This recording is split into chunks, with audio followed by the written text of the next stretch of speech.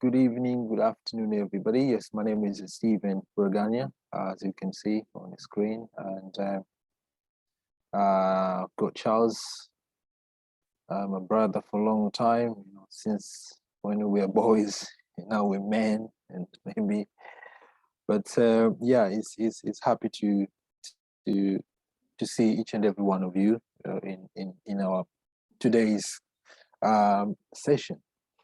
And yeah, we lifetime success seminars, and we are in this platform to kind of share ideas and sharpen one another and see how we can, push and challenge each other. And yeah, I did start these sessions a while ago, and Brother Charles came in and joined me. And yeah, we're keeping, the ball rolling. And also, we're happy that, you're in as well.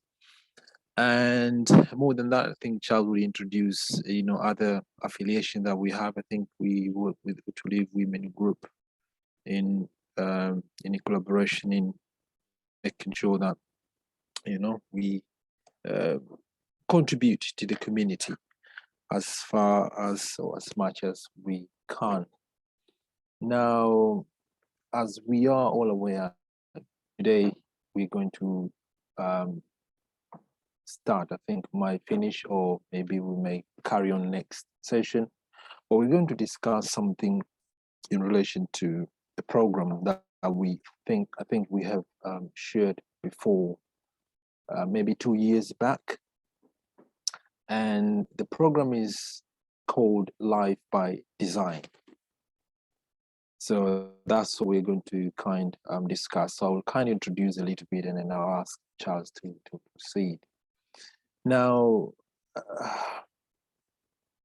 starting with actually, for me, I will start by saying, looking into the ways of nature, for example, or looking into the creation. You and me, we are the way we are by design. This is why you got your nose in a certain position, your ears in a certain whatever. You've been designed, and we are born that way. There is a design of a human being. We expect a human being to look in a certain way. That's the design that we have been structured to look like. Okay. Again, looking into the ways of nature, the way it is, you go day and night. That's by design. It's not an accident that you get night and day, because if it was an accident, some days you may have no night, but it's day and night because it is a design, it is a plan, it is a program, to happen in that way. So when it comes into the life, also we as a human being, I think it's a good thing to kind design, right? That we don't live by default, like whatever happens tomorrow happens, and whatever doesn't happen doesn't happen. I think it's a good thing, we as people, we as human beings, as creatures with intelligence, to kind of design the life that we want to see. And yeah, now this is not something that is gonna just happen by default. It's something that we need to study, that we need to kind of take time to ponder and prepare, as we're doing at the moment. So we will be going to discuss some things, along the line. I think it's going to come back into setting and stuff. But the number one thing that we are, looking into is having that awareness that, you can design the life that you want, right? So from here, I can look 10 years, what do I want to see 10 years? What car do I to drive next 3 years, And if we are able to remember, I think we did discuss something about the wheel of life, okay? So there's some segments in it.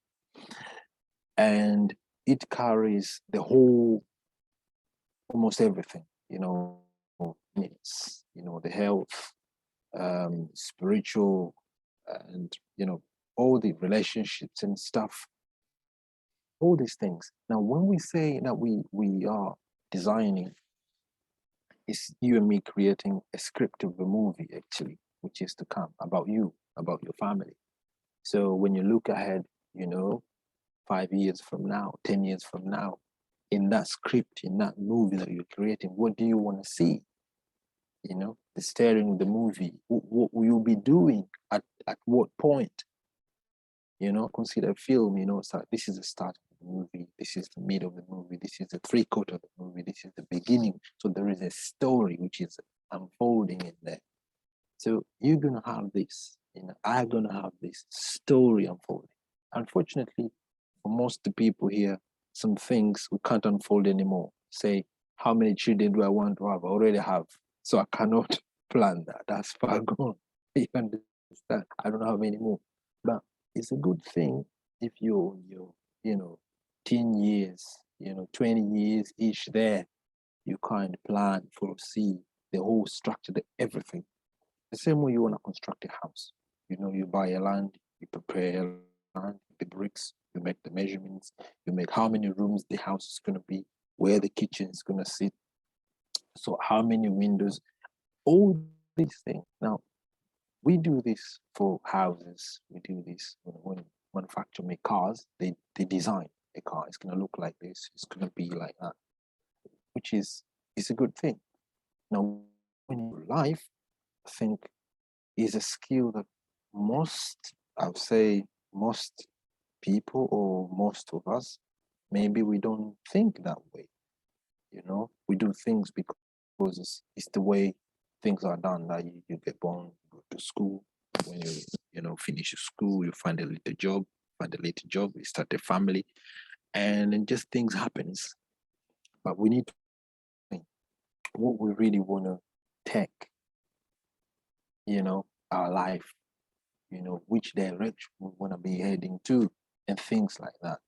And I think this is a good thing because it is the basis of us having the aspirations in life, the goals that you want to achieve in life. It should come on that design you have for you.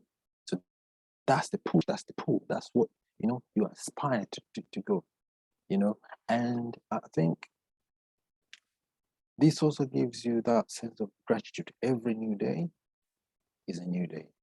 You're happy. It's a new day. It's a new day for me to, move one step closer, achieving the dream, So you become grateful. The day doesn't become a burden to you. The day becomes an opportunity. The day becomes a blessing to you. Because sometimes if you don't have this, you don't see nothing ahead, you haven't got something to look ahead to, the day becomes a burden, People say killing time, just wanted this day to go and just kill time, the day to pass. But we shouldn't be killing time. Actually, we should be, looking forward and say, whoa, I don't have enough time, I don't have, the goal is too big, the time is too, not that's the way it should be. So every day we take it as an opportunity for us to make one break on top, to realize the dream, that we have, designed for ourselves. Now, on the program, there are a number of things that child will be going through, and it's going to be some sort of questions, possibly some assessments, on whatever it is. So, for example, you're going to go back and review last year. What did I do well last year? What stupid decision maybe I did last year? What opportunities that I saw last year and I took advantage of that, or what opportunities I saw last year but I did nothing about. So you're going to review the do and don'ts, the success and the failures and stuff. So you're going to review all these things. I think child will go through all those. But the main thing that I really love on the program and I really enjoy the most is going to be further down the program. And to me, that is the real deal, it's the wow factor. It's the thing inside. And that is really working on you, whatever this, the goal design you're going to do, but you are the one to make the goal realized. So you're going to work on you, I'm going to work on me. That's what it is. Now, who you're becoming and who do you have to be to achieve whatever is very important. I think that is the key, and that's what separates the success and the failure. So you say, well, I want to be a Ronaldo, which means it's going to be some discipline involved, which means it's going to be some whatever push-ups, whatever things that you need to do to attain that. Yeah. So is a process that you're going to form maybe new habits, what you need to do, what you need to drop, what you need to gain and what you need to lose, things like those, what you need to improve and what you need to, make it better. So that is the major thing for me, becoming something in the process. And the big question is really when it comes to these things, the program and whatever it is, the goal setting and New Year resolution, is the ability to commit and take action, because we can have all this fancy stuff on printed out, but the commitment, and taking action. And actually, on the beginning of this program, if I remember well, there's a place that you need to commit. You put your name. My name is Charles Stephen, and I solemnly commit today I'm going to do 10 push-ups every day. Commitment. You sign commitment. And the thing is, most of the time when it comes to this commitment, we cannot keep a commitment for ourselves, but we can keep it for someone else. So if it's a school that they say you need to be here this time, you're going to work up for that time and be there, but it's for you. You say, I'm doing this for me. Sometimes you don't do, and I think that's one of the things that we kind of discussed before, that you need to really honor you yourself, like the way you say I need to be at work at 7, so you need to wake up 5, then you can wake at 5 o'clock for yourself if you're not going to work, and do whatever you need to do for you. It's a push reading, it's whatever you want to do for you, that discipline. Yeah. So yeah. Basically that's what I need to kind start with on this. But it's a good thing that you start thinking into designing your life. I know for our age, there's some things we can't redesign anymore. They're gone.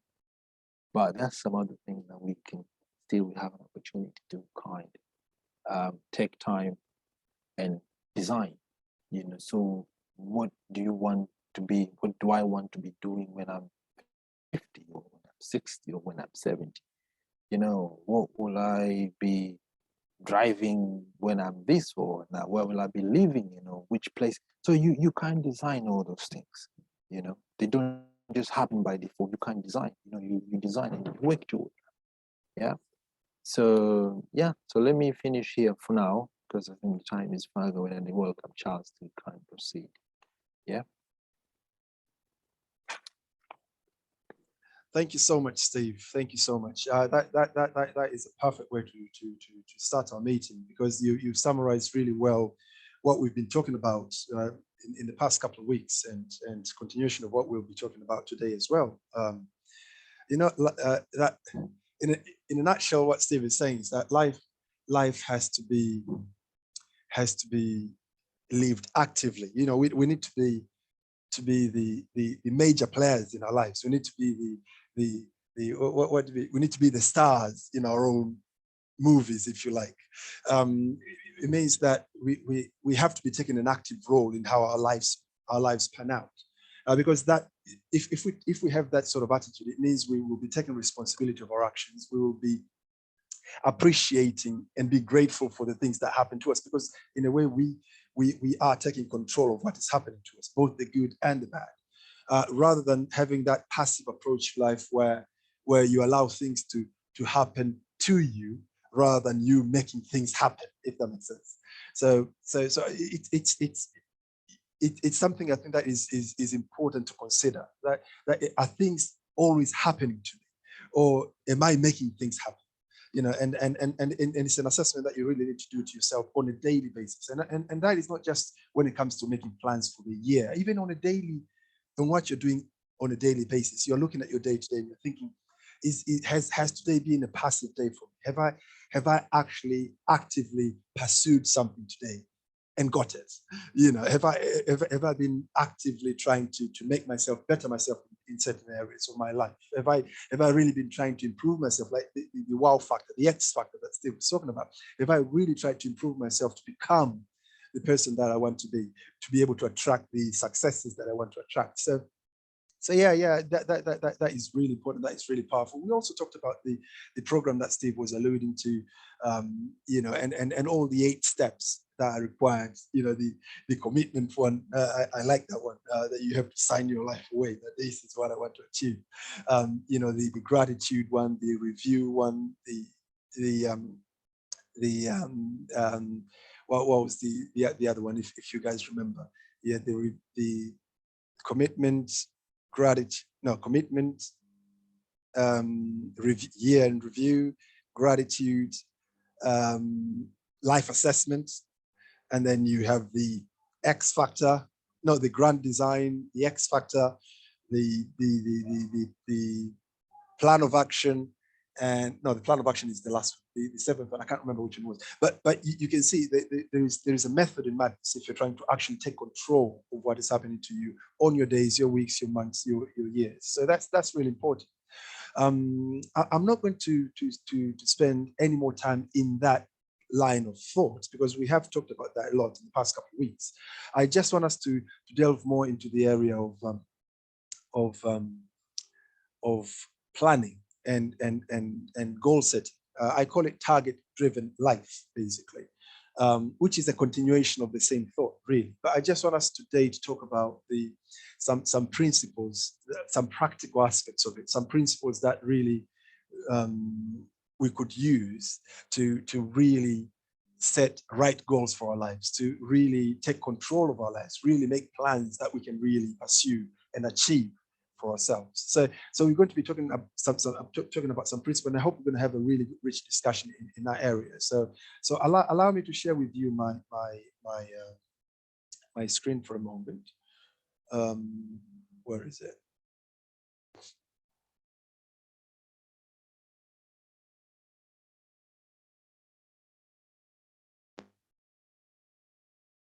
Right. Okay. Can you all see that, guys? Yeah. Okay. Brilliant. So basically, I'm not going to spend too much time talking about the introduction because it's pretty straightforward. But I just want to point out something really important, that sometimes we go through life and life becomes so stressful. A huge chunk of our stresses are actually inherent in the sense that it is not so much what is happening around us, but it's more to do with how we have set ourselves to approach life, basically. And sometimes we live through life with a sense of overwhelming. You feel like there is so much that you need to do. Steve mentioned something about the feeling of that, I don't have enough time. I've got too much stuff to do. You're going through life with that sense of not necessarily urgency, because urgency is a good thing, but sense of overwhelming. You feel like you're overwhelmed, that like there is too much. You can't seem to be able to accomplish much in life. All that is because somehow we haven't managed to set our goals and make plans in a way that is fulfilling to us. Apprehension, Charles. Apprehension, yeah. So we go through life. We actually set goals. Yes. Instead of setting goals and making plans, what we've done to ourselves is like we've added a burden to ourselves in a way that doesn't really fulfill us, doesn't really enrich us, but if anything, it just keeps beating us down. You'll understand what I'm talking about as we continue. For instance, if you come up with a goal that I want to lose weight, I really need to lose weight. I've been gaining weight in the past year. I really need to lose weight, and that's your goal. And every single morning you wake up with that goal, right? Now, this is what's going to happen. When you wake up the first morning, you look at yourself, you're still overweight. right? And come the end of that day, you would still be overweight. You're not going to lose that weight off in one day. So you come, if your target and your goal and what is really in your mind driving you is that I need to lose weight, you'll finish that day still feeling like a failure. And probably you'll finish the next day feeling like a failure. And probably you'll finish the first week, probably the first month, probably even the first year, still feeling like a failure. And the point I'm trying to make here is that that's not the way to set goals. Because once you set goals that way, you carry the full burden of it throughout your journey, and it becomes overwhelming. It becomes discouraging because you don't see the result. Because to you, your only result is what you expect at the very end, and as a result, you don't enjoy the journey. Okay, because the fun is in the journey. Now, if you're not enjoying the journey, chances are you will not go so far. Chances are you'll drop the whole goal altogether and you'll not do anything. And part of the reason a lot of people don't make New Year's resolutions is partly because of that, because it's too overwhelming. Someone feels like I make this, I put too much pressure on myself. I don't feel like I can achieve anything. As a result, they end up not doing anything, or they end up not setting any goals at all, because it's easier that way. You know, they're saying that if you don't, if there is no expectation, then you can't fail if there is no expectation, or something in those lines.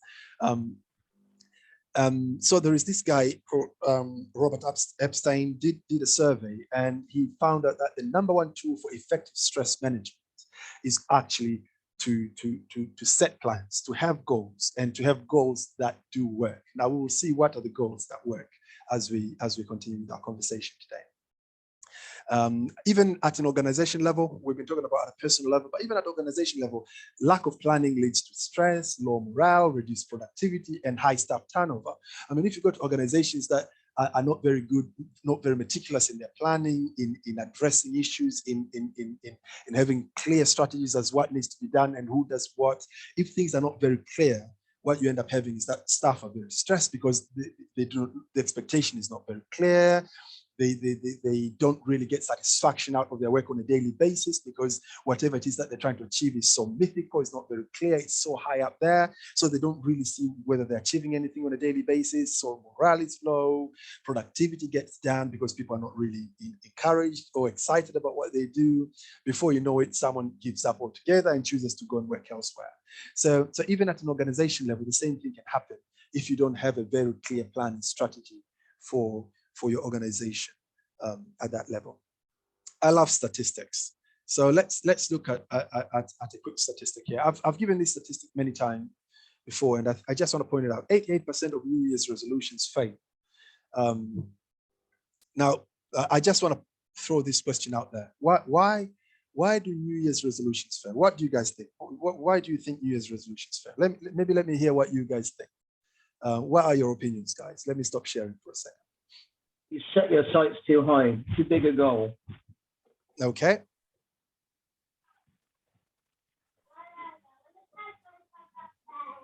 Setting too big goals are too big. What do others think? Yeah, go on, Paul. We talk ourselves out of it very easily, make excuses. I'll do this. I'll start it next week. I'll start it next week, and then you find the next year. I'll do it. I'll do it in the next new year. Yeah, procrastination. That is, isn't it? Yeah. So excuses, procrastination. Is saying too many goals. Sometimes you can have too many goals, and therefore you have that sense of overwhelming. You remember we talked about. So yeah. Possibly, I will. There are many things, Charles, and this may depend on individual. But again, I think there are some main routes, main motorways, if I can say, and that is really is lack of skills. If you say, could somebody just make like a list? This year my resolution is buy a new car, buy a new house, buy this. They just make a list. But you see, you can't succeed just by making a list. You're gonna do some things. You're gonna make some breakdown. You're gonna do some daily actions. You're gonna do some weekly reviews and some weekly achievements, some monthly. So that is the thing. So it's a skill. It's most people just write and then but you there is more to do than just writing up what you wanna you wanna get, and this is why I think sessions like this are important, because otherwise, you can just say things and then that's it really. Sorry, I've answered very long, but that's my Absolutely, absolutely, Steve. That's true. Lack of skill is true, because last time we talked about that. Sometimes we think we're making New Year's resolutions, but actually we're making New Year's wishes, because we're not actually doing it properly. Absolutely right. Emeka, you had something to say. You've got your hand raised. Yeah. Hello, can you hear me? Yep. Apart from that, again, another thing I wanted to mention is there's too much. We put too much pressure on ourselves. A lot of it has to do with the fact that when you enter a new year, you start to feel like I'm not getting any younger. I'm not getting any younger, and there's that sense of guilt, and especially I don't want to sound funny, like in the African community, they tend to they tend to guilt trip you, in the sense of you're not getting, this is a new year and this is a new beginning. You're not getting any younger. What do you really have to show for it? This is the year for you to really make sure you accomplish your goals. So because of that, I happen to be one of those people, in terms of I put too much pressure on myself. Like this year now, like things I want to accomplish now. Don't get me wrong, I have done them, but it's just about me just trying to get them over and done with. There have been few distractions along the way. Things in the past that are still bothering me now, that is making me, I don't know, just certain things in the past that is making me feel guilty, that I should have known better back then. I don't know, just a lot of things. Yeah. But there's that sense of, if I don't accomplish these things this year, I feel like a failure, and then another year gone by, and then like you mentioned, like Steve mentioned, it's good, when it's the best time to invest in yourself is when you are younger. Because a famous politician from my country, Dr. Nnamdi Azikiwe, said it himself. May he so rest in peace. He was saying, he said that if he could buy one thing back, it would be his youth. Because he feels like the best time to invest is in your youth, to invest in yourself when you are younger, so that when you are much older, you work smarter. Thank you so much, Emeka, for that. It's very true. You can put so much pressure on yourself. I just want to point something out on what you just said. You mentioned something about the sense of guilt. Now, I kind of hinted it earlier. I said there is a huge distinction between putting pressure on yourself and having a sense of urgency. And I said a sense of urgency is good. You do need to live a life with a sense of urgency. Urgency in the sense that I have today, and I have to do something about today. I'm not going to push it tomorrow, because the opposite of urgency is procrastination, what Paul was talking about earlier. So you want to have the sense of urgency, that you wake up in the morning and say, right, today I want to make this the best day of my life. I want to achieve as much as I can today. Now that in itself is not a bad thing. Does it create pressure? Yes, it does.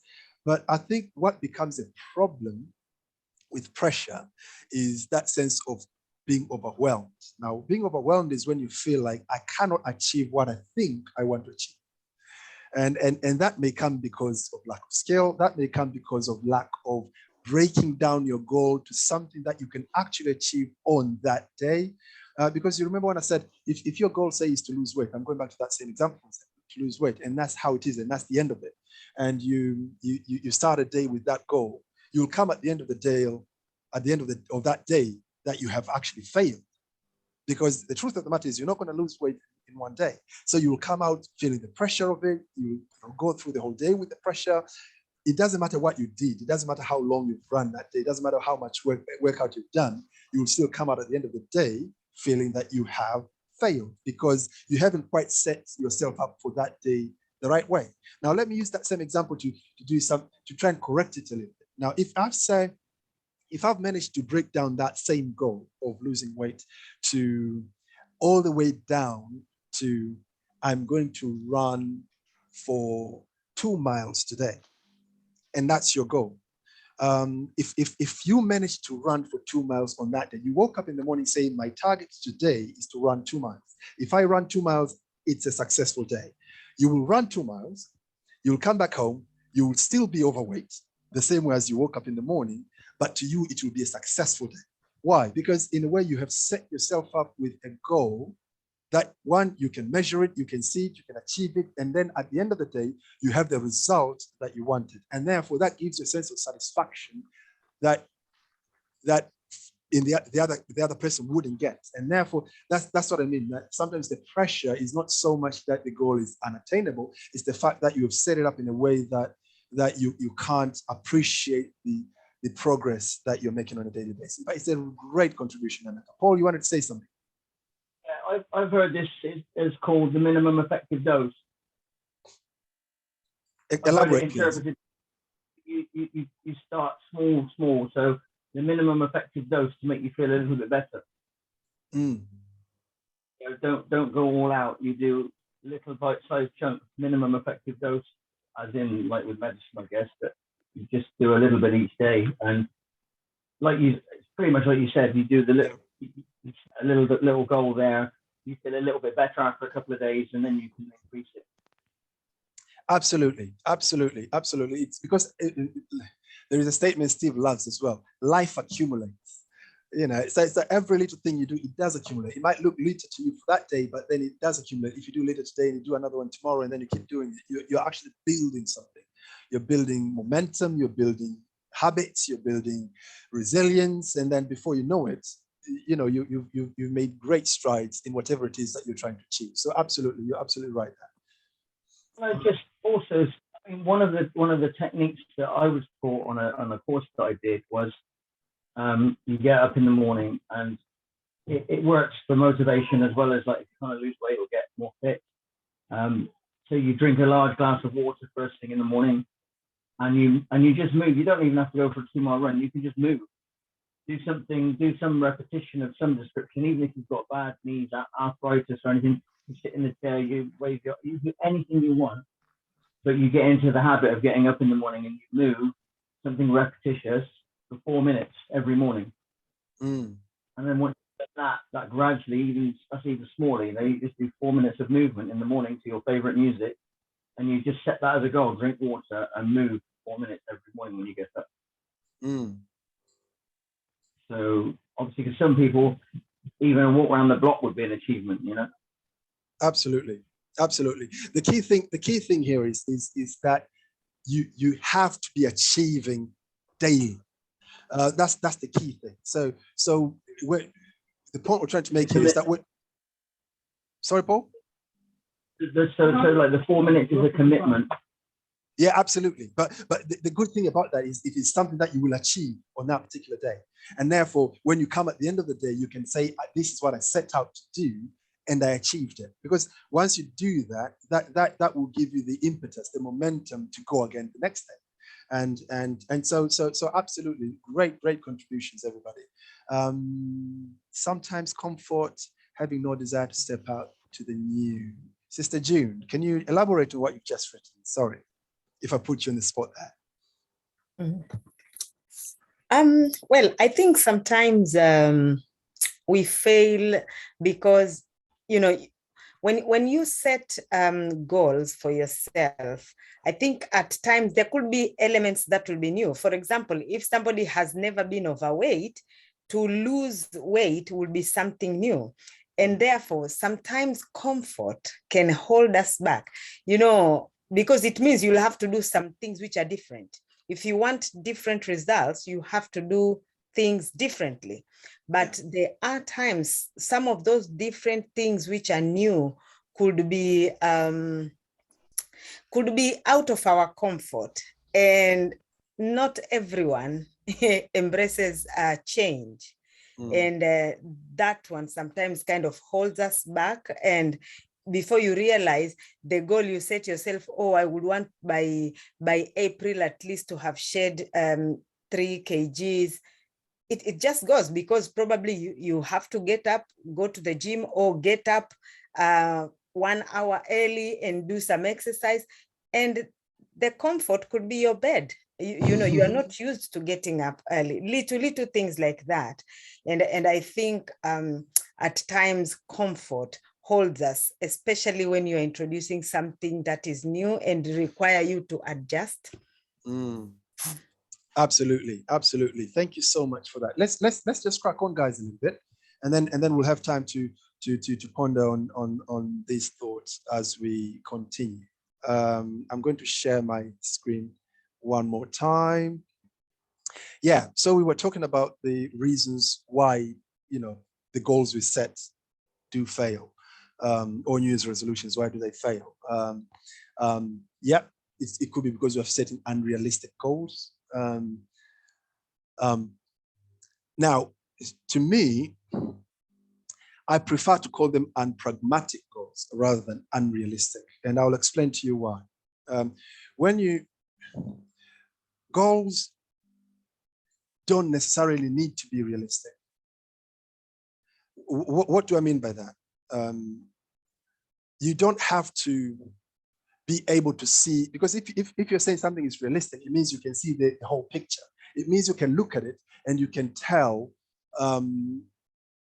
how you can achieve it from first step to the last step. That's the meaning of a realistic goal. And it doesn't have to be that way for it to be a goal. You can actually set a goal that is not necessarily realistic. At that moment, you look at it and think, I'm not sure how I'm going to reach it. But what you don't want it to be is to be unpragmatic. Unpragmatic, it means that you don't have a plan of action, a way that you are going to set yourself to do it. And I think the problem to most of us is that it's not that we're setting unrealistic goals, but it's that we set goals that even if they are realistic, they are unpragmatic. They have no plan, a follow-through plan that is robust enough to get us through that. So it's like you have a goal that is kind of hanging in the air. You remember, like I gave the example of losing weight, and you're just walking with it day in, day out. That I just want to lose weight, I want to lose weight, but you haven't actually had a strategy how that will fit into your life. What are you going to be doing on a daily basis? Is it something that you can do? Does it align with your values? Does it align with your family? Do you remember we talk about balanced life? Does it align with other things with your work, for instance? So we don't tend to be pragmatic enough when we're setting these goals, and as a result, we don't achieve them. Another reason could be we tend to lose track. No follow-through plan. Now we may lose track because we have too many goals, like one person alluded, or for any other reason. So that would be another reason why people don't achieve their goals. Sometimes we just forget, you know. And why do we forget? We don't have reminders. We don't write them down. There is no excitement. Excitement is really, really important. And like I said before, excitement comes from you achieving something every day. And for you to achieve something every day, you need to set yourself up to achieve something every day. Like what Paul was saying, you know, drinking so much water a day, walking for 4 minutes, or whatever long you want to do on a daily basis.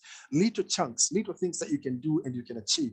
It is those achievements that create the excitement that gives you momentum to do more. Now, if you don't set yourself up that way, to have those excitements, to have those achievements, those rewards, if you like, then chances are after a while you give up to your goals, you'll look elsewhere for excitement, and you'll end up forgetting what you were set yourself up at the beginning of the year to do.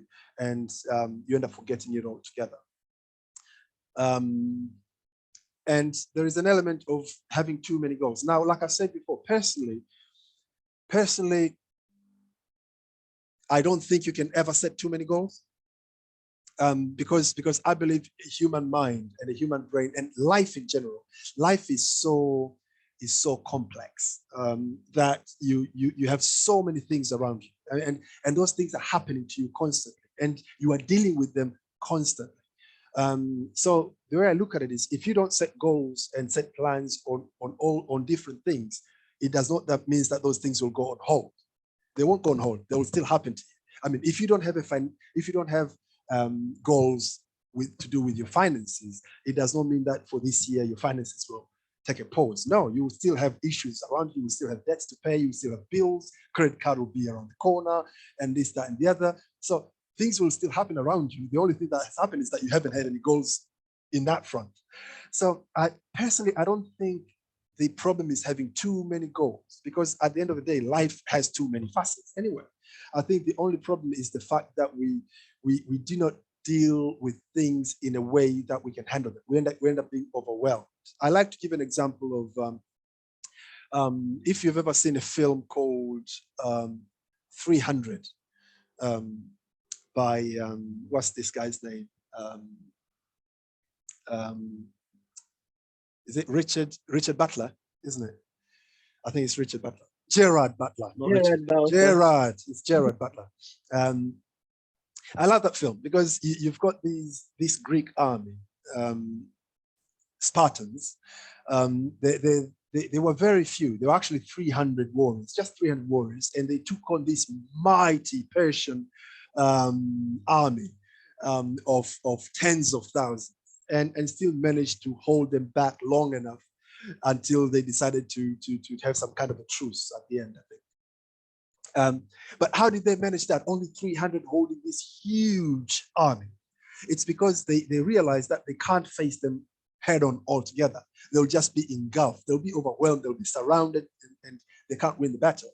But they realized that if they face them a chunk at a time, if they reduce the great and mighty Persian army into a stream of 100 soldiers each time, they can beat them all day, all year round. And that's what they ended up doing eventually. So what they did is like they lured them into this really narrow alley, sort of like a place where there was a valley, and it's like an alley where, as a huge army, they can only come through, not so many of them. And basically each time they sent a battalion or a group of soldiers in there, they'll just, really demolish them and really defeat them easily. And that kept happening for quite some time. But it's just that strategy that they realized they can't deal with it all in one. So what they did is they broke that army down into chunks so that they deal with them in like a line. It's almost like they made them fall in line, and then they can deal at one after the other. So as far as I'm concerned, what was the film again, Charles? 300. It's called 300, number 300, 300. That's the name of the film. Okay, thank you. Yeah, so it's quite fascinating. We can have the same approach to life as well. That it doesn't matter how many goals you choose to set, or how big a thing you want to achieve this year.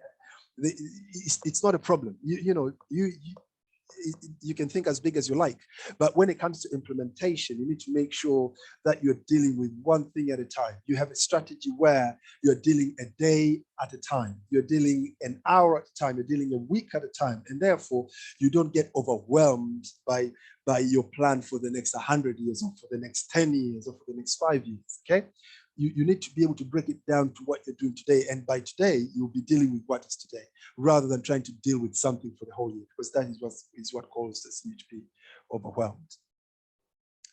Well, 38% never make resolutions at all, but that's a conversation for another day. Okay, so what are the objectives? The objectives are obvious. They'll be, like I said at the very beginning, I want to highlight some principles that are very important to setting goals. It's all about knowledge to action, guys. What we're talking about here at the end of the day, like what Steve said at the beginning, we have to put these things to action. We're learning these things, we have to put them to action and really make sure that we get results, because at the end of the day, that's the plan. We're also trying to reduce stress in the way we approach life and the way we deal with life, because we get bombarded by guilt, we get bombarded by disappointments, failures on a daily basis. Now, what we need to do is to have a strategy where we can cope with all these things and yet be able to improve our productivity and get success in what we strive to do. Now, the first thing is life by design, which Steve had been talking about a lot. So I'm not really going to spend too much time here. Now,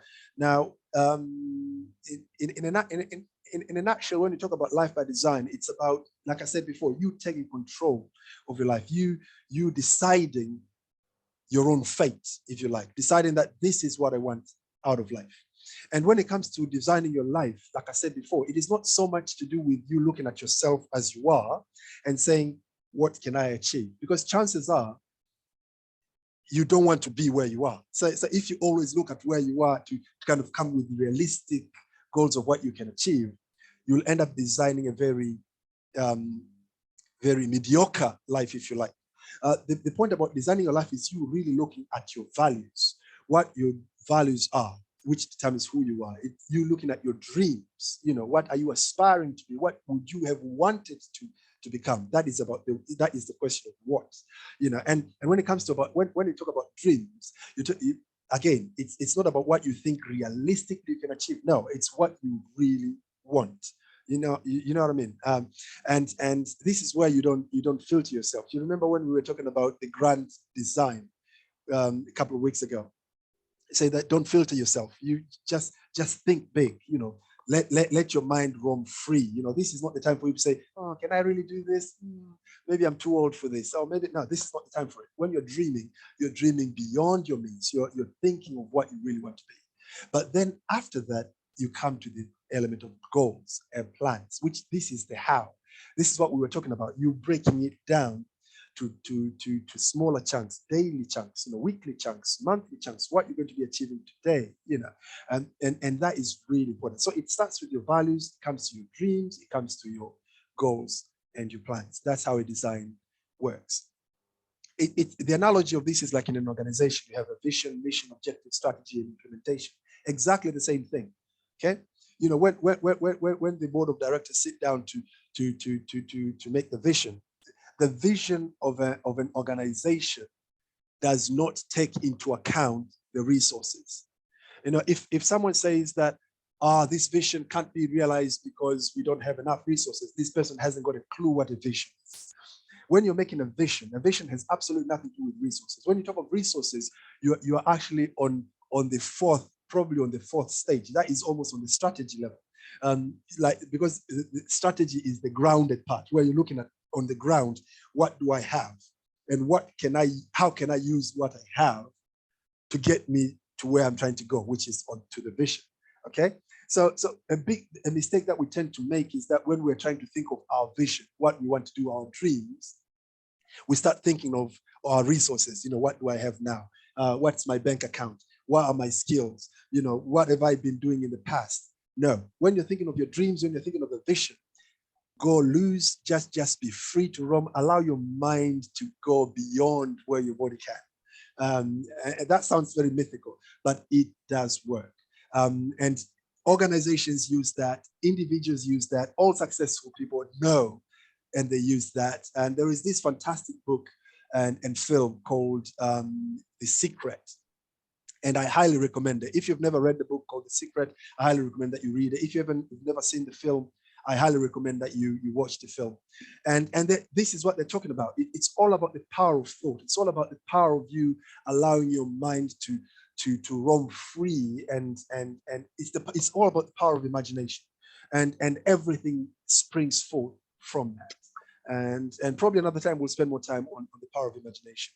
But suffice to say now that when it comes to dreaming, allow your mind to roam free. Right. Yep, leave that for now.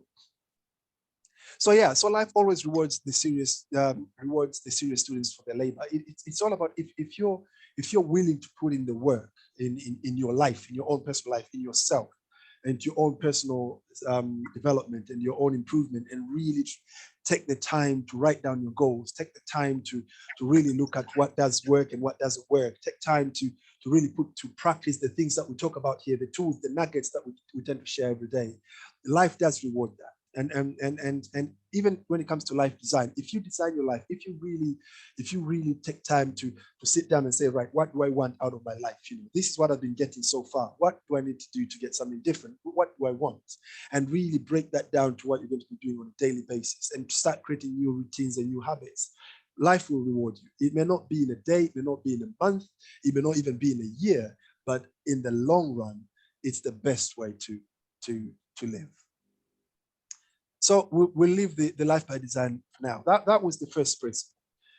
The second principle, I call it BHAG versus realistic goals. Now, BHAG, for those who do not know, stands for big, hairy, audacious goals versus realistic goals. Now, I want us to have a little discussion here for a second. Let me just step out, and I want us to have a bit of a conversation. What do you guys think? Big goals or small goals? What works and what doesn't work and why? And for you personally, do you prefer setting big goals? Are you the kind of guy that you go like, I want to go to the moon, man. I want, the sky's the limit. This is what I want. Or are you more of a grounded person? Like, you know what? I think this is what I can do, and therefore this is my goal. Are you sort of a realistic goal kind of person, or are you sort of a BHAG kind of person? Tell us which side you are on and why. Let me hear from you. Small Yes, goals, Paul. Charles. Yeah, Small small goals, goals. Paul. Yeah. Why, Paul? Basically, you can always step up each time you achieve each small goal. You can still reach the big goal. But if you reach a huge goal and you don't achieve it, sometimes that can be quite crushing. And you think, oh, why the hell did I even dream that I could do that and bother? It can actually set you back. So each small goal you set is an achievement, which motivates you to make the next step. So absolutely. I find if I aim really, I mean, some people say aim for the stars and you hit them, at least you hit a tree or something, or whatever the saying is. But for me, I think it can be quite off-putting and deflating. So I would rather aim, if I've got a job to do on the car and I can't do the whole thing in one morning, I'll just say, right, today I'm going to go get the wheels off and get certain parts off it and then put it to one side and do another bit tomorrow. Because otherwise you'll get frustrated that you haven't achieved what you set out to achieve. So if you make small goals, then it motivates you to do the next bit. Absolutely. Thank you, Paul. That's my person. Thanks, Paul. Big goals, small goals. What do others think, and why? I'd like to hear from you guys. Charles. Who's that? I've got both Emekas wanting to speak. Yeah. So okay. one at a time, guys. Okay, Chuck, you go first. Okay, thank you. I was gonna. I usually set big goals, right? And in the past, I sort of negated the smaller goals and looked at the bigger picture goals. But as Paul alluded to, saying that it sort of crushed me a little bit if I didn't meet them. However, like especially like in the past 6 months to now, I'm embracing the smaller goals more to achieve the big goals that I want to achieve. So a bit of both. A bit of both. Excellent. Emeka. Yeah, what do you think, brother? I would say I'm similar to Chuck in a way, because in the past I've really set myself big goals. But here's the thing about it is that I tend to juggle a lot of things on. It's just of recent I've come to appreciate starting small now. Starting small. Like last year, I'll be honest with last year, certain things I wanted to accomplish, like finishing up my book. At least I got to finish it. Thank God. The main thing is just getting a publisher for this year, like I mentioned.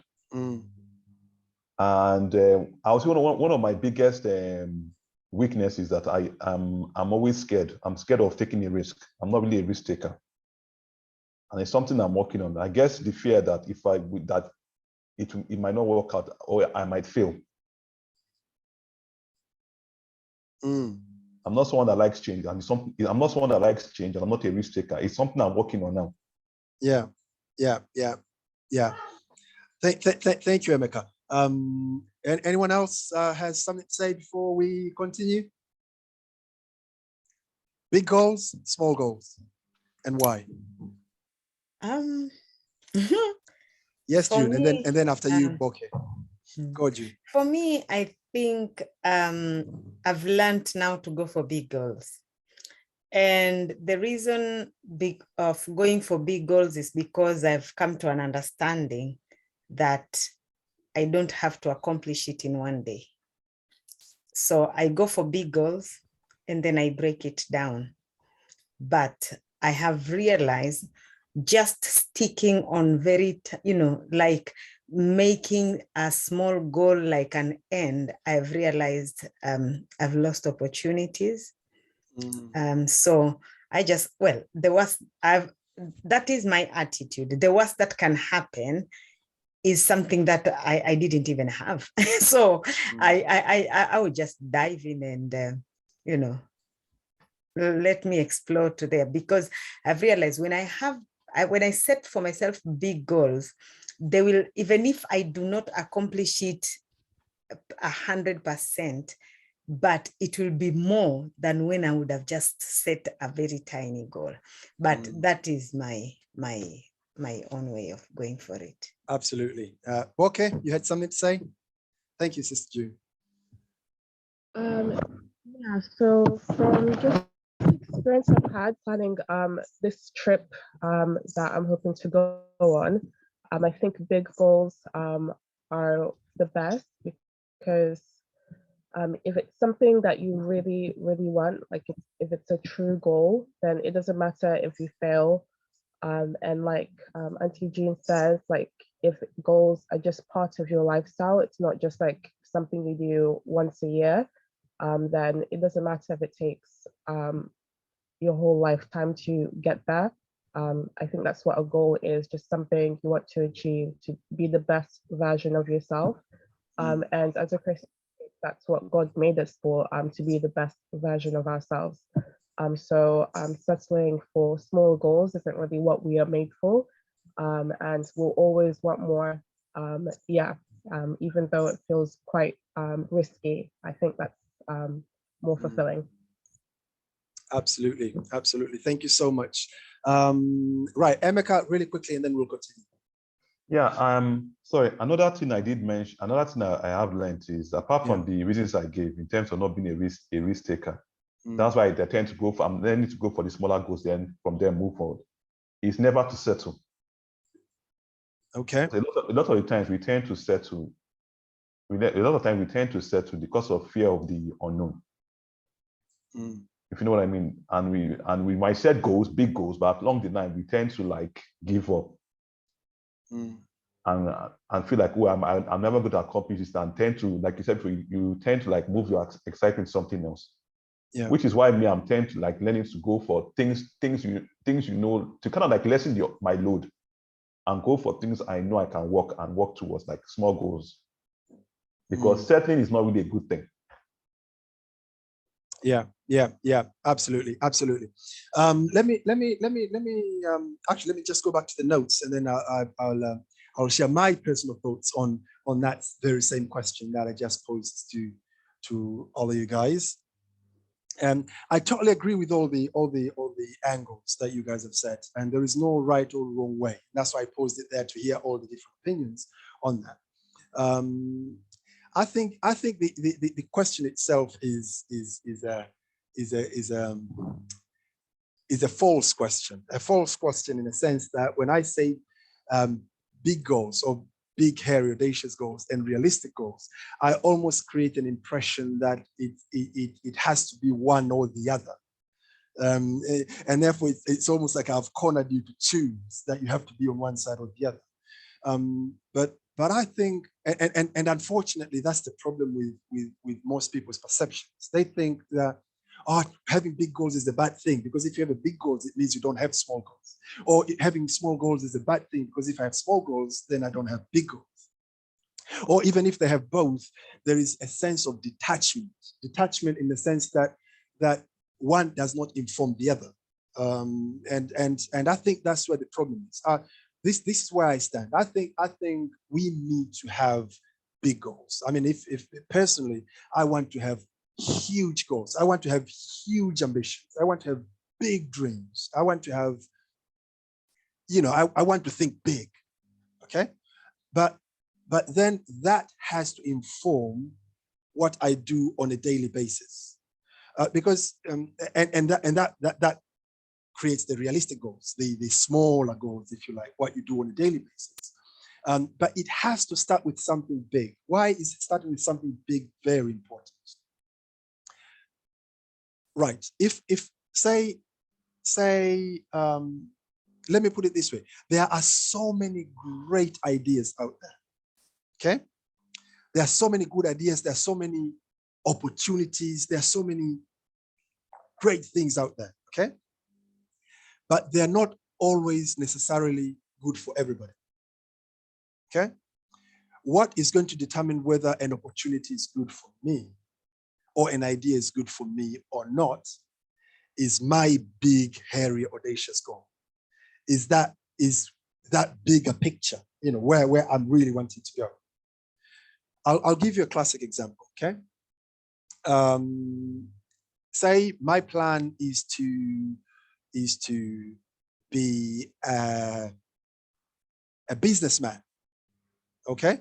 That's my great. I want to be a great entrepreneur. It's a very vague goal to be a businessman. Maybe I should have come with a better example. But you know, maybe I want to be very successful in a particular industry and be a great entrepreneur in that particular industry and this, that, and the other. Maybe in IT, I want to be the next Bill Gates. You know what I mean? That's my big, hairy, audacious goal. And I want to be able to do 1, 2, 3, 4. I have my vision there. That is going to inform me on probably what I might need to train myself in. So that will determine what sort of course I need to take from probably my A levels to university. It might even inform me what sort of university I might want to target if I want to be the best at what I do. It might actually start telling me what sort of people I need to affiliate with and start working with. It might actually start informing me of if it's going to be an entrepreneurship, a business, maybe I might need some capital. It might inform me on how I need to handle my finances from very early on and what I need to spend it on or not spend it on, okay? Now, but all these things I'm doing are being informed by the fact that there is this big, hairy, audacious goal that I want to achieve. Now, if say, along the way, a friend of mine comes along and says, there is a scholarship that has just come out, okay? There is a scholarship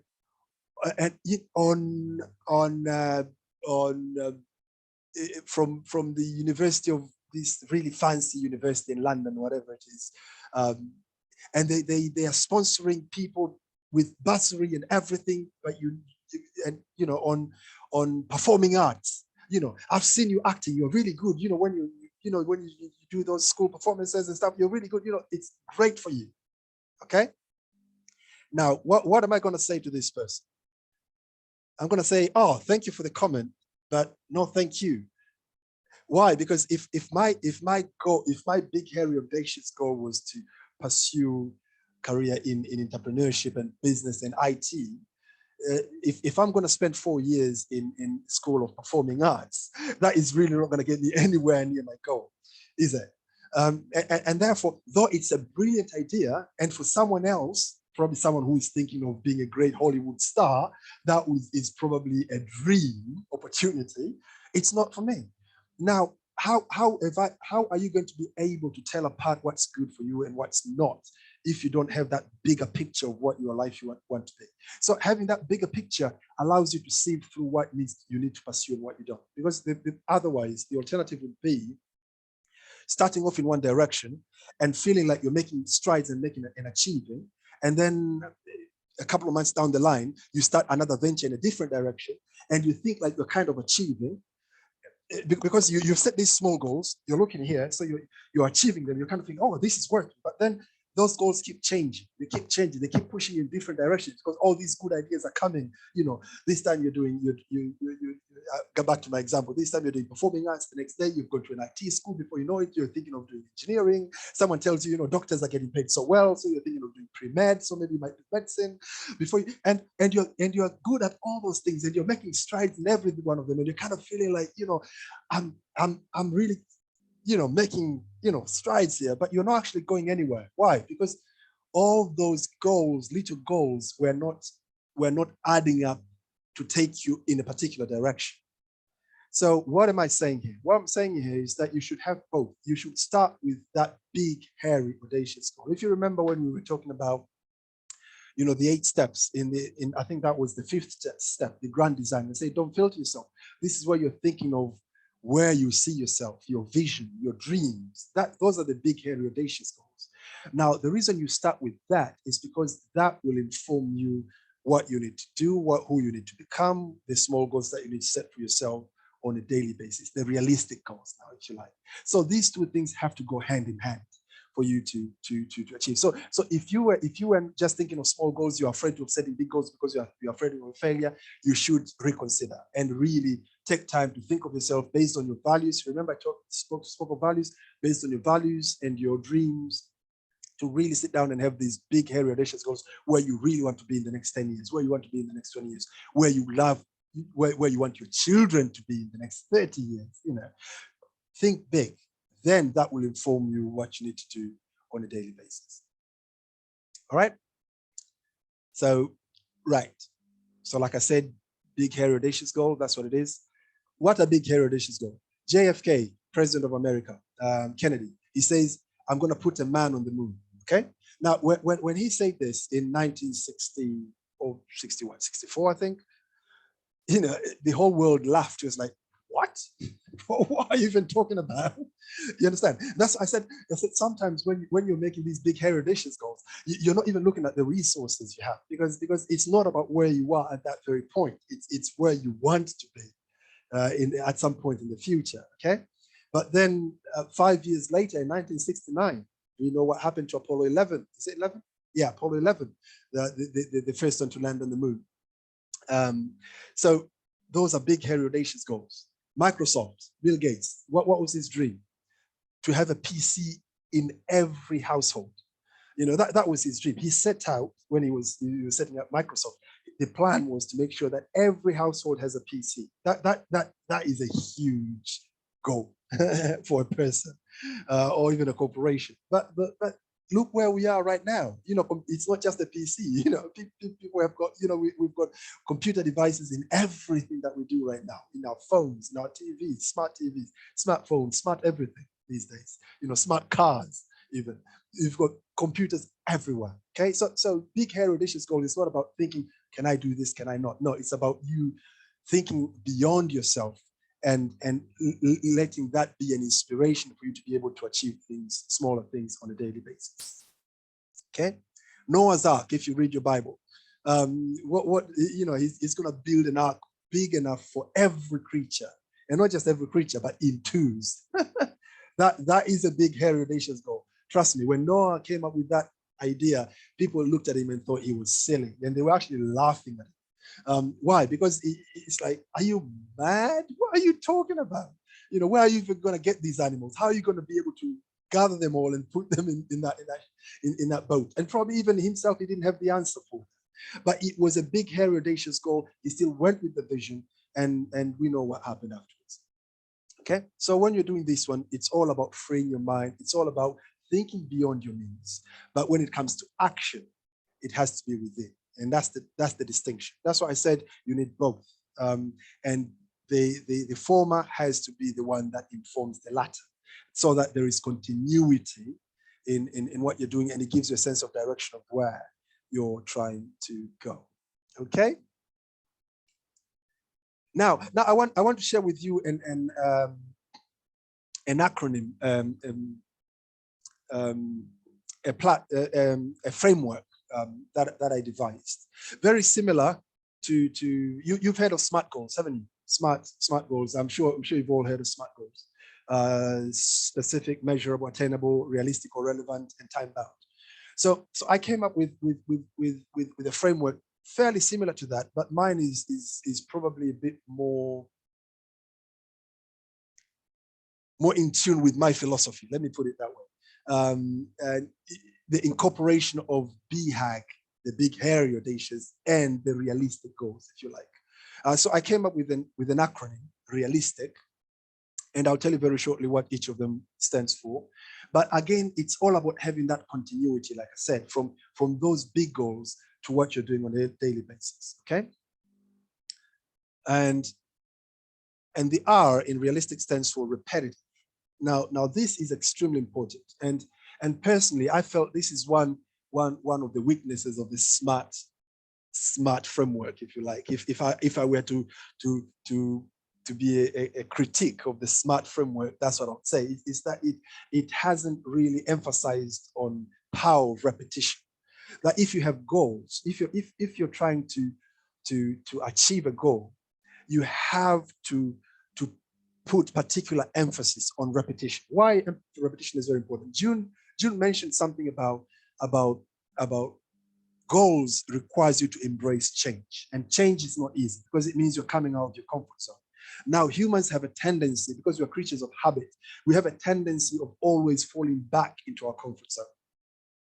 And the only way to break that is to create a new comfort zone, if you like, is to create a new norm, is to create a new set of behaviors, a new set of habits that becomes our norm, if you like. And the only way to do that is with repetition. You have to almost like drill yourself into that new habit, that new routine, in order for that to work.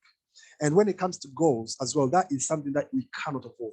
We have to, if you have a goal to achieve something, that requires you to make some changes in your life. And for you to make those changes and those changes to stick, you have to keep repeating that pattern. And at the beginning, it's difficult, it's tedious, it's not natural, but the more you do it, the more natural it becomes. The same with footballers. You look at Ronaldo and you stand in awe at the amount of skills he has. But that all comes through drills and drills and drills with each training session. They keep repeating the same thing again and again and again and again and again and again and again. They do it 1,000 times. And before you know it, it's almost like second nature to you. And when they come into this theater of dreams, in these big stadiums, and they do it once, the whole stadium erupts like, oh, how did he do that? No, it's not how he did that. He's done that tens of thousands of times in the training pitch. Okay, so repetition is what you need. They say repetition is the mother of all skill. If you have goals and you want to achieve them, first thing you have to do, you have to keep repeating those habits, those things that you need to do on a daily basis. So when you're setting your goals, you have to incorporate repetition, something that you might be doing on a daily basis or a weekly basis, or something that you're doing regularly. Because by doing that, you are actually drilling a new routine in you, you're creating new habits that will really suit you well for your success. The second one is exciting. Your goals have to be exciting. Now I'm talking about the realistic goals here. I'm talking about those goals that you're doing on a daily basis, okay? We've already seen that the big, hairy, audacious goal is inspiring. It's something that keeps you at check, keeps you in focus. It's like a vision of a company. It gives a sense of direction, a sense of purpose, if you like. But when it comes to realistic goals, it's all about excitement. It's all about you feeling like you're making strides, feeling like you're achieving something. You remember at the very beginning, I said, if your plan is to lose weight, every single day you need to set yourself up for success. So you need to set yourself up with a goal that you can achieve on that particular day, so that when it comes at the end of the day, you can look back and say, I set out today to do 10 push-ups and I've done 10 push-ups. Or I set out today to run for 3 miles and I have ran for 3 miles.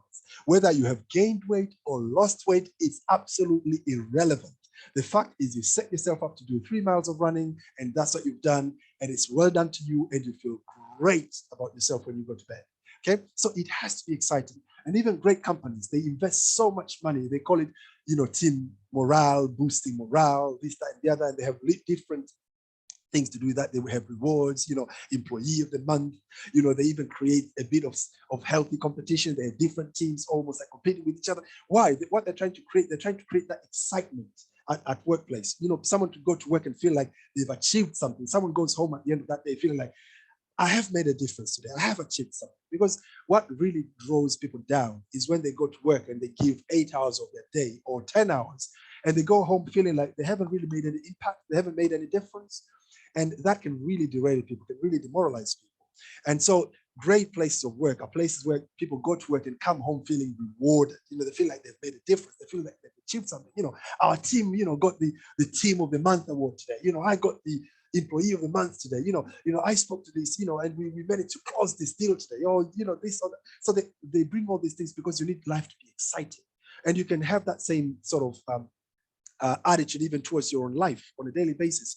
Life has to be exciting. You have to be achieving things. It may be very small, like what Paul was saying earlier. It might just be your goal could be like, I want to be drinking 2 liters of water every day. You know what I mean? But when it comes to the end of the day, Emeka is laughing, yeah, but it's true. If it comes at the end of the day and that's what you set out to do, and you can tick it off, that I said I'm going to be drinking 2 liters and I've actually drank 2.5 liters, and you tick it off, it feels great. Why? Because that's what you set out to do. And basically you've lived life in your terms.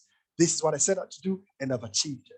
But the important bit is you set those things in line with your big goal. Okay, so these little things are adding up to that big goal. Okay, because if you don't have that big goal, you'll be setting things going in different directions each day, and eventually you end up going nowhere. Okay, so you're being pulled in all directions, and at the end of the day, you're not going anywhere. So the most important thing is that it's exciting, but it's pulling you towards your big, hairy, audacious goal. The third one is achievable or attainable. I'm not going to spend too much time talking about this because it's also in SMART goals as well, isn't it? The third one in SMART goals, but it's self-explanatory. When you're setting these small goals, it has to be things that you can achieve. Like I said before, things that you can actually achieve, because the excitement comes from you achieving those things. We've talked about this one, little. They have to be in small chunks, things that you can actually comprehend, things that you can actually deal with, things that you can actually achieve. Okay, they have to be strategic. Now, this is really important. Do you remember when we were talking about the analogy of an organization? We said an organization has a vision, and then from vision you have a mission. From mission you have objectives. From objectives you have strategies. From strategies you have implementation. You remember those 5 steps, right? Any organization will have those 5 steps. Board of directors will be making the visions and probably come up with a mission as well. And then probably when it comes to objectives, you are probably looking at SMTs making the objectives, you know, the senior management team doing that, the managers doing that. And then after that, you'd have strategies probably at the same level of SMTs doing the strategies. Now, when it comes to strategies, it's when you're looking at the vision of the company and the mission, and you're looking on the ground. Now you're looking at the resources you have, you're looking at the competition that you have. This is where the SWOT analysis comes into play, okay? You know, what are my strengths? What are my weaknesses? You know, what are my opposition? What is the competition? What are the threats? You know what I mean? What are the opportunities? You know, you're looking at the ground, the resources that you have, and you're looking at how best to deploy them to achieve the vision, okay? Now that's the strategy. So this is where companies say things like, we're going to move our headquarters from New York to Shanghai, China.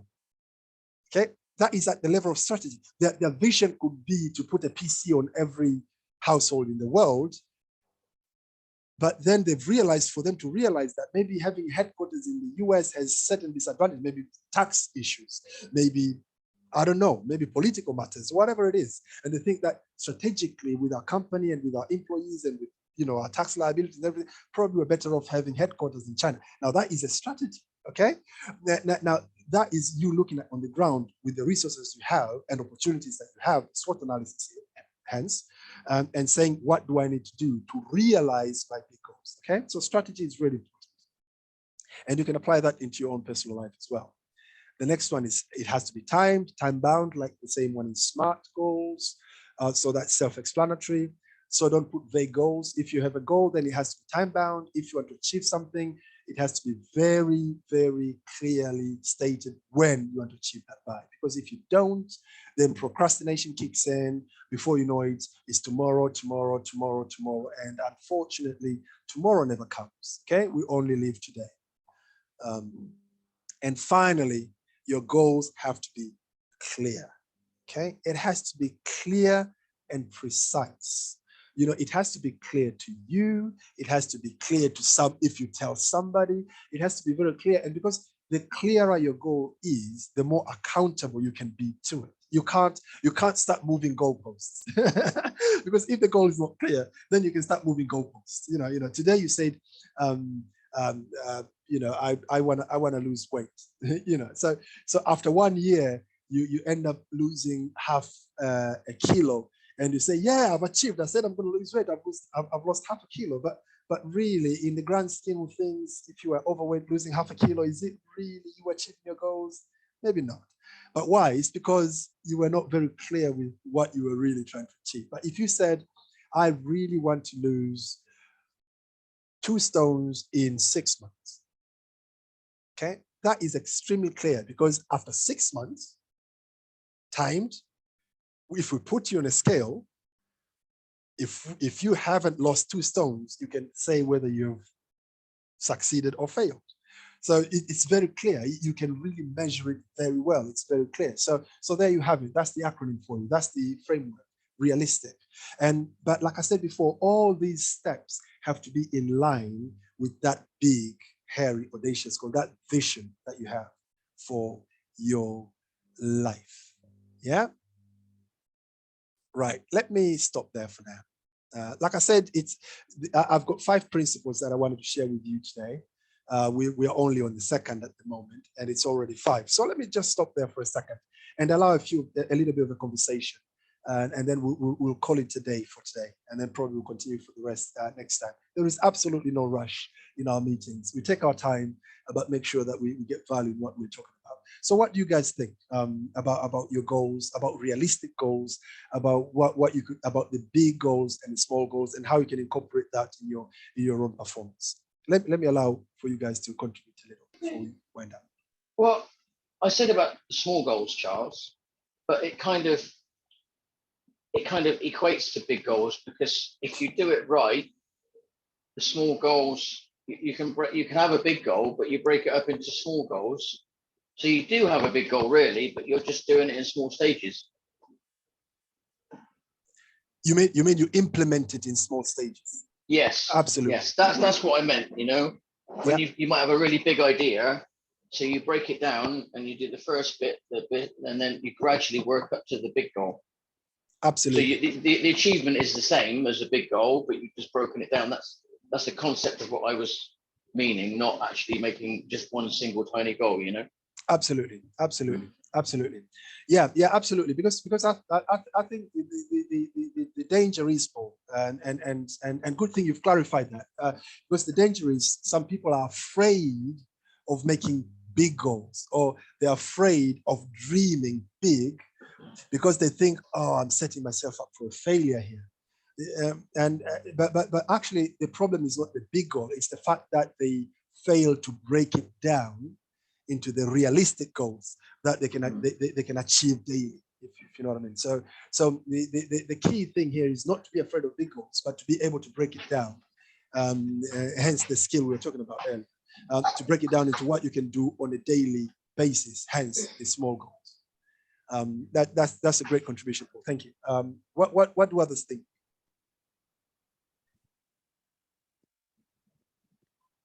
Right. Can I come in? Yes. Yeah, absolutely, Steve. And then Sister June afterwards. I think June wanted to say something. Yeah. For me, what I'm thinking is actually, in all grand scheme of things, is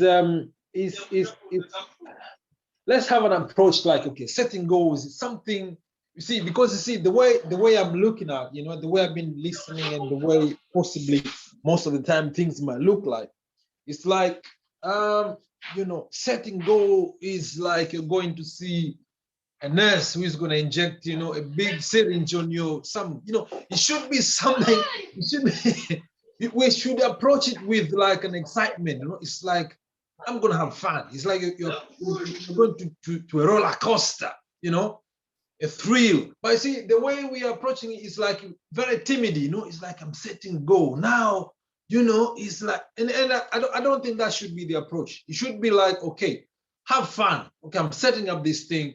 Like a little boy, you know, playing with your whatever things. It falls down, you know, you're making a tower and then the things falls down, you pick them up. We should have that in the back of our mind, because you see, when we approach it like it's something like, you see, you're going to war. If you don't win, you die. Then that is going to cause failure before you start.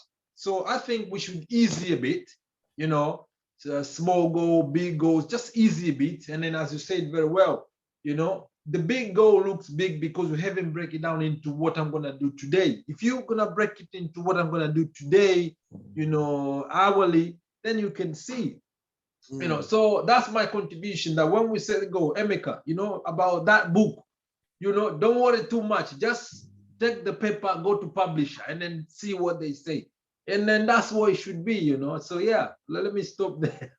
So thank you so much, Steve. June, and then Emeka. Yeah, excuse me. I think Stephen also has kind of put a bit of what I had wanted to share. I think sometimes when people are talking of big goals, they just think like, what do I want to achieve like in 2022? But for me, I would see the bigger goal, the big goals which we are talking about is actually your own, it's your purpose. You know, your purpose is so much big to the extent that if you tell somebody like this, they might think you've gone nuts. But do you know what? The thing is, now every year and every month and every week and every day, you break it down and it becomes your lifestyle. It is something that is motivating you actually to want to see tomorrow. And many of us, I think we tend to think, oh, goals is something, it's a new phenomenon. No, it is something that ought to have already been happening in our lives, and it starts from the place of purpose. And the other thing, I think, this is something which I've also experienced in the past. You know, when you have this bigger vision of your life and your purpose, it's not that you are the only one to actually implement it. There is so much help out there. There are so many resources out there. It can be skills, it can be knowledge, it can be other people. And that is why we are gathered here. You know, like for me, I am here because this helps me. It is part of me accomplishing my purpose. It is the breakdown. So when I'm talking of my purpose, and the goals which are set, one of it is acquiring knowledge and skills and what. And that is why I'm joining here, because there are 1,000,001 things out there which I could have gone and done. But are they adding value to what I'm doing? So it all comes like whatever. I think we should, like Stephen is saying, we should have that mindset that I have a very big picture of my life, and everything that I am doing, the time I'm allocating for myself is actually to enable me to realize that bigger picture.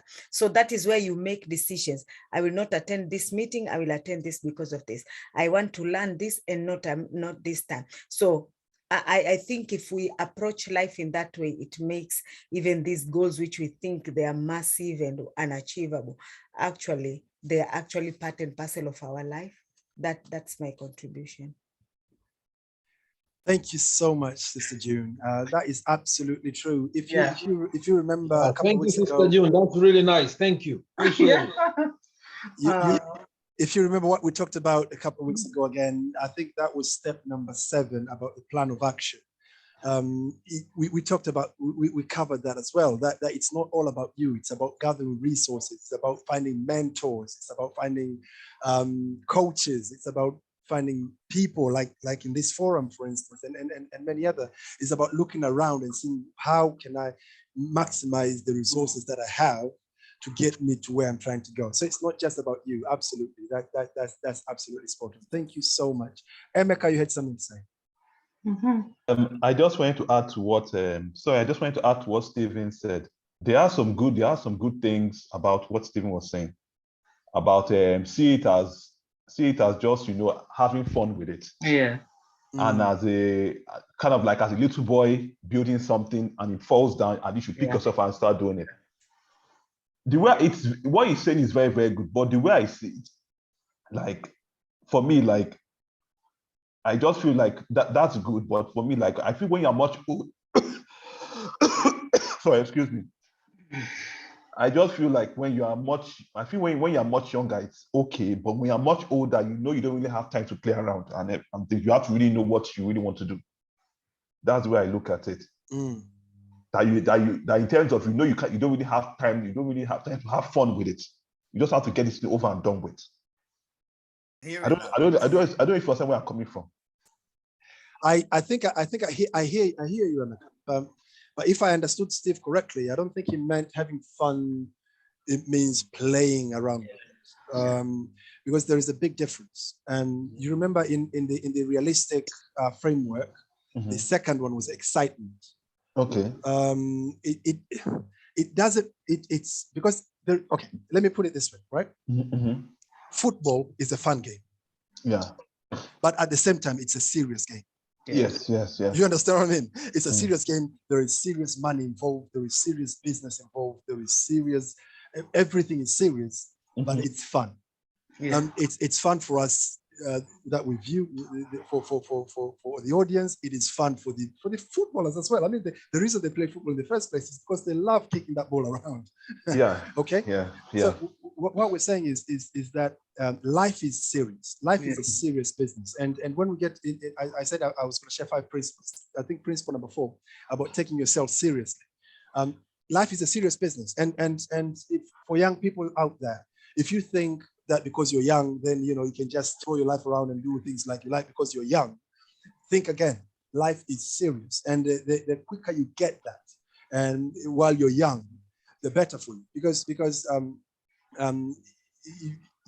everything has to be meticulous. Everything has to be deliberate. Everything has to be intentional. But at the same time, it has to be fun. Why does it have to be fun? It has to be fun because if it's not, we as humans, we tend to run away from pain. Yeah. Eventually you will run away from whatever goals you have if they're painful to you. And they can be painful to you because you're beating yourself up. They can be painful to you because you have a guilt trip every single time you don't achieve. It may be painful to you for all sorts of reasons. And that's why when I talked about this art of setting goals, it's very important that it's almost like you're tricking your brain.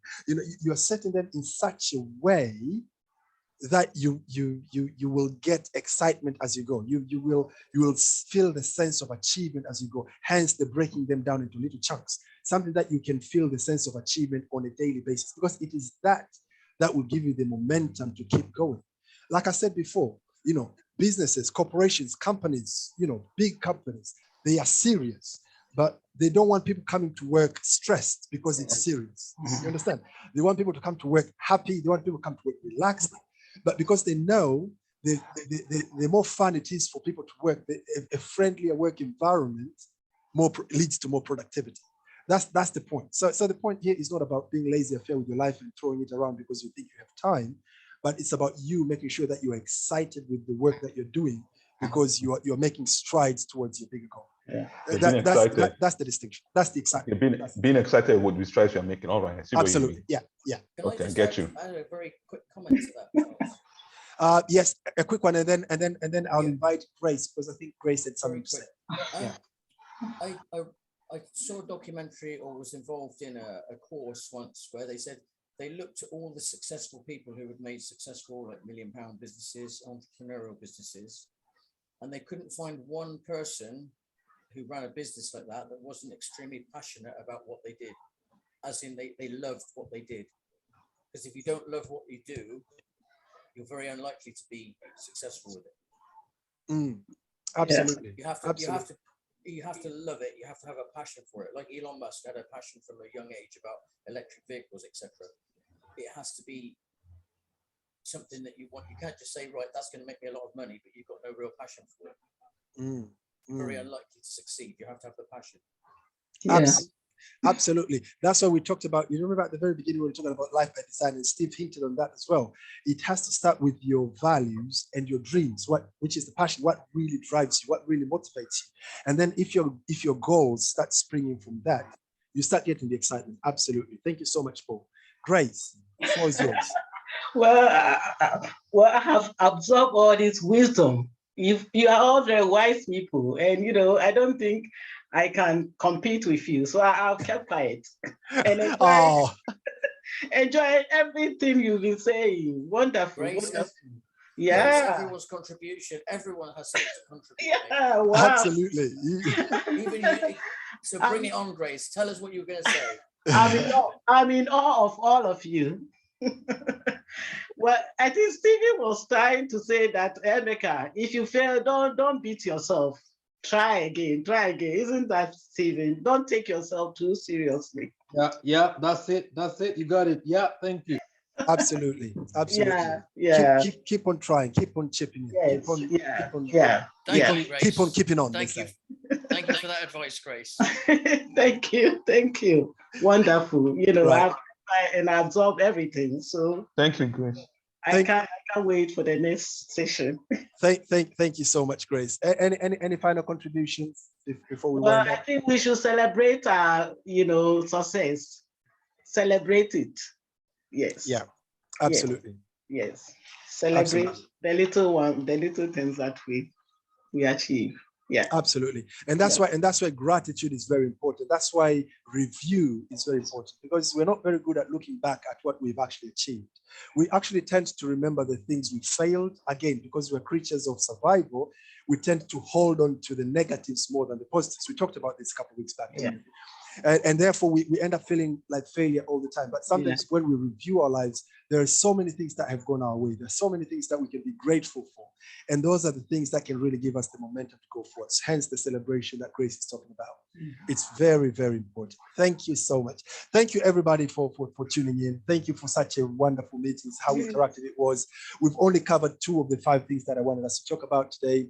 So next time we'll cover the last 3, which are focusing on habits, taking yourself seriously, and life balance, achieving life balance. But for today, I think we've talked about a lot of things. Thank you so much for your contributions. But like I said in our objectives, the point is turning knowledge into action. So I challenge you guys. What we've talked about here, if there is something that you've kind of liked, something that you thought, this actually is kind of good. I can incorporate this into my routine, into my life, into my programs, then by all means do that, because the most important thing is to turn this into action and really let it inform our lives and our goal setting and really improve our results.